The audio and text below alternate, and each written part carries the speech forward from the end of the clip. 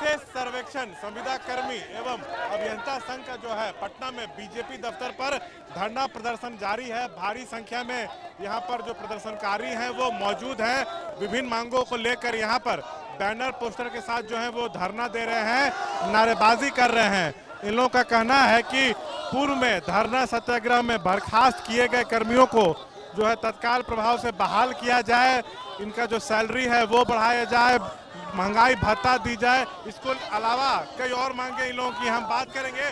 प्रमुख मांगे क्या है? सर हम लोग धरना दे टर्मिनेट करके हटा दिए, जैसे कि आप लोग चले जाइए, आप लोग कुछ नहीं हो सकता। अब बर्खास्त किया गया था पूर्व में 4 तारीख को सर 4 तारीख को हम लोग बर्खास्त करके चला दिया गया यहाँ से कि आप लोग को सेवा समाप्त कर दिया जाता है।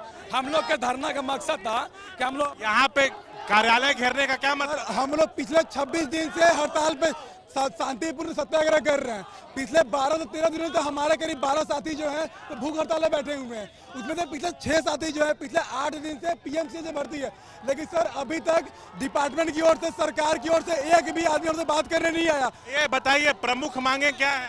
हम लोग का प्रमुख मांग है, पहला मांग है कि हम लोग का जो टर्मिनेशन हुआ है सभी लोग का वापस चाहिए। उसके बाद में हम लोग का चाहिए 60 साल जो हम लोग का अस्थायीकरण है वो चाहिए। और बाकी अब कुछ प्रकार छोटे छोटे किस विभाग के अंतर्गत ये आता है? ये राजस्व एवं भूमि विभाग के अंतर्गत आता है। वो तो उनके पास है, संजय सरावगी के पास। जी संजय सरावगी सर के पास है।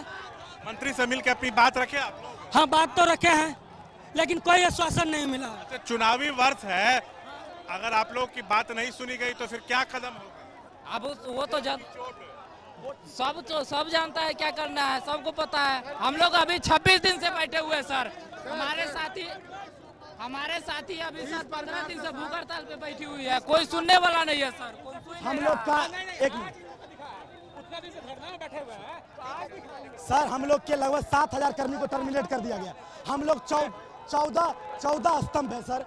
हम लोग में से 14 लड़का आमरण अनशन बैठा था, उसमें से 5 लड़का पीएमसीएच में भर्ती हो गया। सरकार के सामने हम लोग 14 दिन से गर्दनी विभाग में बैठ के गुहार कर रहे थे और विभाग से कि हम लोग का कुछ मांग है, सुन लीजिए। यहाँ पे घेरने क्यों आए, किनसे मिलना है? सर हम लोग सरकार वर्तमान में बीजेपी अभी सरकार में है, तो जो चुनाव है, नहीं सुनी गई तो नहीं सुनेगी तो सरकार को इसका नतीजा भुगतना होगा। सर बिल्कुल नहीं सुनी जाएगी तो हम लोग रोड पर अभी आए हैं।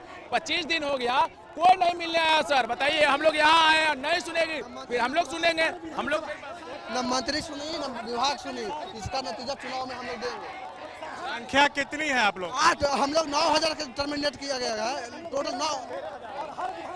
नेताजी आने वाले बुला हर विधानसभा में 13,000 है हम लोग टोटल।